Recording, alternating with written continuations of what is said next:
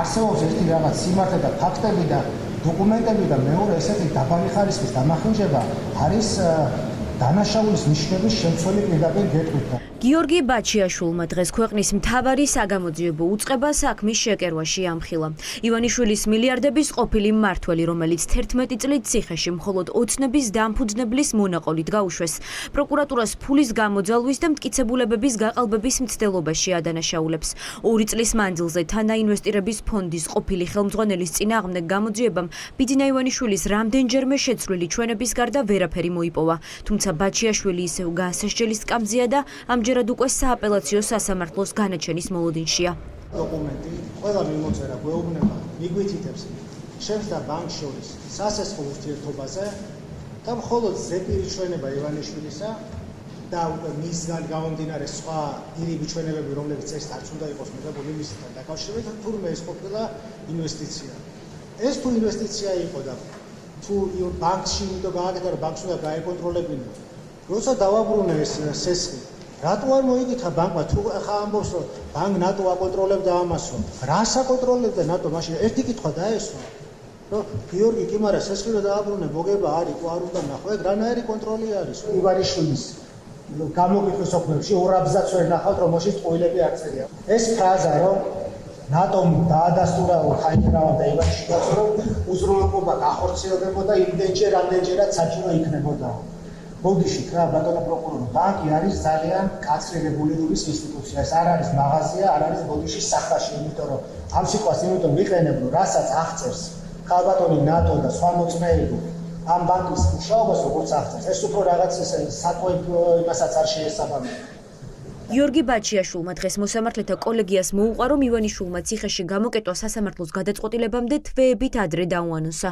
თანაინვესტირების ფონდის ყოფილ ხელმძღვანელს ბიძინა ივანიშვილი მილიონობით დოლარის სანაცვლოდ თავისუფლებას დაპირდა. როცა ფული ვერ გამოძალა, საქალაქო სასამართლომ მთელი წლით გაყინულ საქმეზე დაჩქარებულ რეჟიმში სხდომები ჩანიშნა და გამამტყუნებელი განაჩენიც გამოაცხადა. ამ გამოძალვის ძალიან კარგი მაგალითი გვაქვს ზუსტად, როდესაც ივლისში 2024 წლის ივლისში მისმა წარმომადგენელმა ჩემ იურის მიწერა დაუგზავნა შეთქმულება, სადაც ეუბნება, რომ ბაჩიაშვილმა გადაიხადოსო 5000 ბიტკოინი, იმ დროისთვის დაახლოებით 500 მილიონი დოლარიო და ჩვენ ვთქვათ ამ საქმეს დავიწყებთ. თუ არადაო, ყოველ თვეში გაიზრდება ეს თანხა დაახლოებით 50 მილიონ დოლარზე იყო საუბარი და წლის ბოლოსთვისო შეადგენს მილიარდ დოლარს, ანუ 9000 ბიტკოინზე მეც. და ამის შემდეგო ჩვენო ვიცით რომ მასაჯულება ძალიან სწრაფად და როგორც აიმართება და ჩვენო ვარაუდობთ რომ ამის მერე ძალიან მალე მოხდებაო სიმართლის დადგენაც.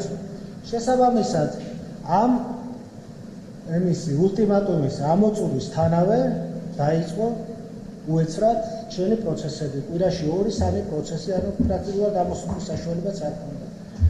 შემდგომ იყო ის, რომ მე მივიღე ინფორმაცია, უთყუარი ინფორმაცია, რომ ივანიშვილი აპირებდა ციხეში იმის გაკეთებას, რაც განახორციელა ეხლა რამოდენიმე კვირის წინ.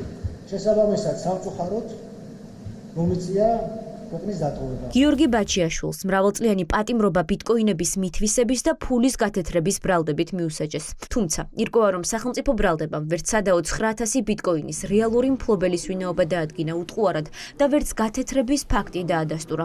შეკერილი საქმის აბსურდულობაზე დღეს დასკვნით სიტყვაში გიორგი ბაჩიაშვილის ადვოკატმა ისაუბრა.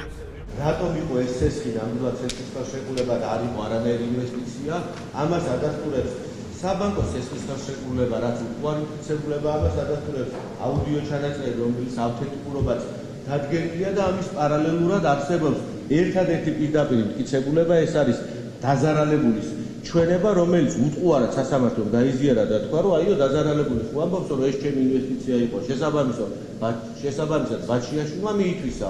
პროკურატურა ამტკიცებს, რომ თანხა, რომელიც ბაჩიაშვილმა ქართულ ბანკიდან ისესხა რეალურად არა სესხი, არამედ ივანიშვილის ინვესტიცია იყო. ამიტომ ბიძინა ივანიშვილს როგორც ინვესტორს ბაჩიაშვილის ბიზნესიდან მოგება ეკუთვნოდა. რეალობა კი ასეთია. 2015 წელს გაფორმდა 5 მილიონიანი სასესხო ხელშეკრულება, რომელიც ბაჩიაშვილმა სრულად დაფარა. ბანკის ხელმძღვანელებთან მოლაპარაკების დროს გიორგი ბაჩიაშვილმა დახმარება ივანიშვილს მხოლოდ იმის გამოსთხოვა, რომ სარისკო ბიზნესში ჩასადებად ნატო ხაინდრავა მილიონების გაცემაზე ორჭოფობდა. Business პროექტი მთლიანი ღირებულება იყო 6 მილიონი ნახევარი ამერიკული დოლარი, უხეშად რო ვთქვათ. ბატონი გიორგი ბაჩიაშვილის მონაწილეობა არის 1,5 მილიონი, დაზარალების ბატონი ბიძინა ივანიშვილის 5 მილიონი ინვესტიცია. ამ პროექტის შედეგად ამონაგები უნდა გაყოფილიყო ბუნებრივია შესაბამისი პროპორციულობით. ნატოს შევხვდი მე დღეს დილით. ხო და სესხე რაღაცა დაპარაკეთ ბატონ ბიძინას რომ ნატოს უნდა რომ როგორც აქციონერმა მიცე გარანტია ეგეთი არ ყოფილა ხო. ანუ მე ვყიდულობ 6,5 მილიონი დოლარის კონტრაქტს, რომელიც არის ფასიანი ქაღალდი პრინციპში. 1,5 შემსაზღვრებდა 1,5 ბანკიდან. ეგ ნატოს აუხსენი შენ ყველაფერი? აი ბრუნვები აღარ აუხსენი რომ მე მაინც არ ვიციო და როგორ უცხრე ნატოს დავაწყო მე დაბეთი ის გაიარე შეიძლება რა. ეს სატელეფონო ჩანაწერი ბიძინა ივანიშვილის წინააღმდეგ მთავარი მტკიცებულებაა, რადგან თუ ის ბაჩიაშვილის ბიზნესში რეალურად ინვესტიციას დებდა და ეს 5 მილიონი ბანკისგან გაცემული სესხი არ იყო, მაშინ გაუგებარია, რატომ გააგზავნა გიორგი ბაჩიაშვილი ქართულ ბანკის დირექტორთან მოსალაპარაკებლად.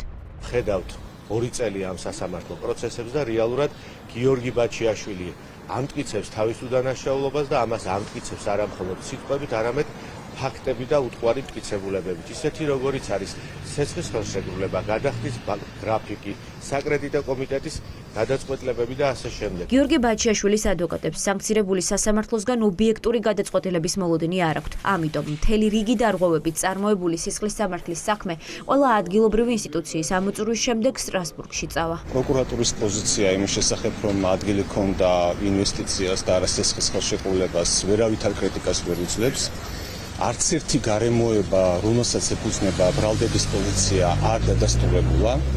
ნებისმიერი ობიექტური დამკვირვებლის პოზიციიდან გამომდინარე ვამბობ, არავითარი ილუზია არ შეიძლება იყოს იმასთან დაკავშირებით, რომ ეს სასამართლო მიიღებს ობიექტურ განაჩენს, ამიტომ ერთადერთი რაც ამ ვითარებაში რჩება, არის ის, რომ შიდა ინსტანციები იქნეს გავლილი, იმისათვის, რომ შემდგომ საერთაშორისო ინსტანციებისთვის მოხდეს მიმართვა. მოსამართლეთა კოლეგიამ პაატა სილაგაძის თავმჯდომარეობით სათათბიროდ ერთი არასრული დღე ითხოვა. 12 აგვისტოს ზუსტად 12 საათზე გაირკვევა, დარჩება თუ არა ძალაში მოსამართლე გელაშვილის გადაწყვეტილება.